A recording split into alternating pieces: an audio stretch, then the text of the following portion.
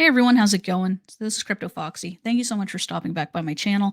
So we're going to talk about inscriptions. What are inscriptions? Have you heard that? I know I made a Dogecoin video not that long ago about how you can play Doom on Dogecoin, and it actually took off pretty well. And when it led to a few questions, how does this work, etc. And I thought I would do a video quickly explaining why this is important, why people are doing it, and what exactly it means. So before we get into it, please smash the like button and subscribe to my channel for more cryptocurrency news and education. I do fun videos and stuff like this as well.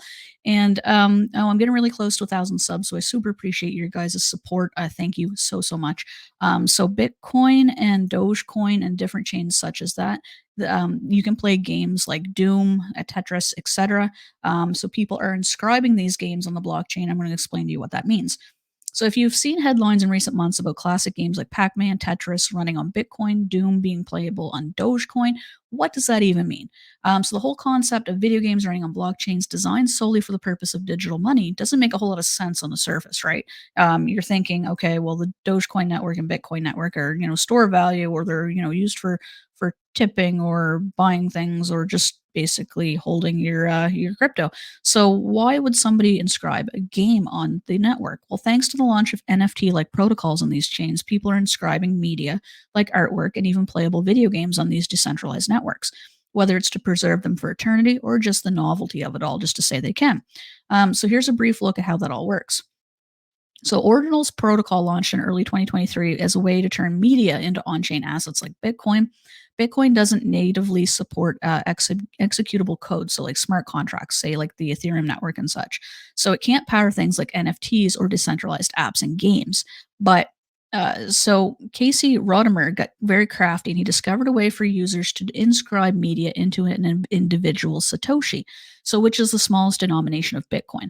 So NFTs, which usually rely on external servers. So say you have an NFT, you purchase a traditional NFT. Yes, you have that image on the network, but you're relying on the server to keep that image basically attached to your piece of the blockchain, right?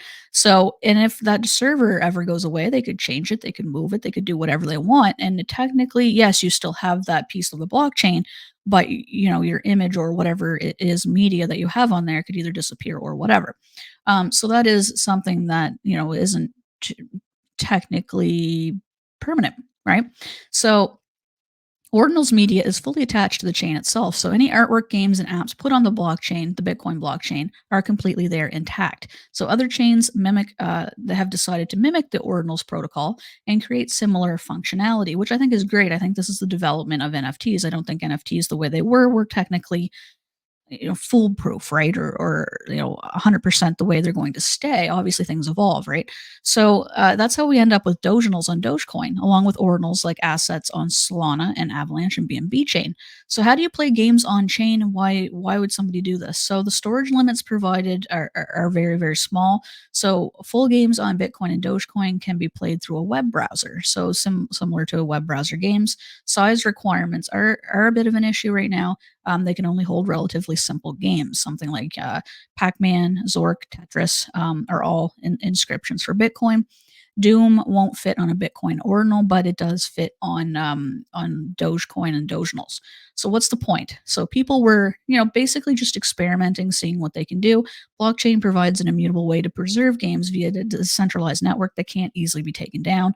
So you could take these games, how many times have you got a game, you go to play it online with your friends and they take the servers down or whatever, it can change, right?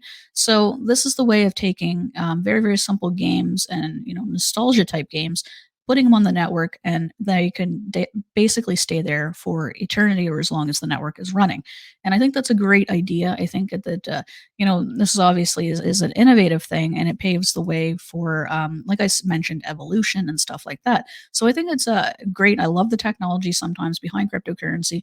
Sometimes we say, oh, we're in it for the tech, and people are just like, yeah, I just want to make money.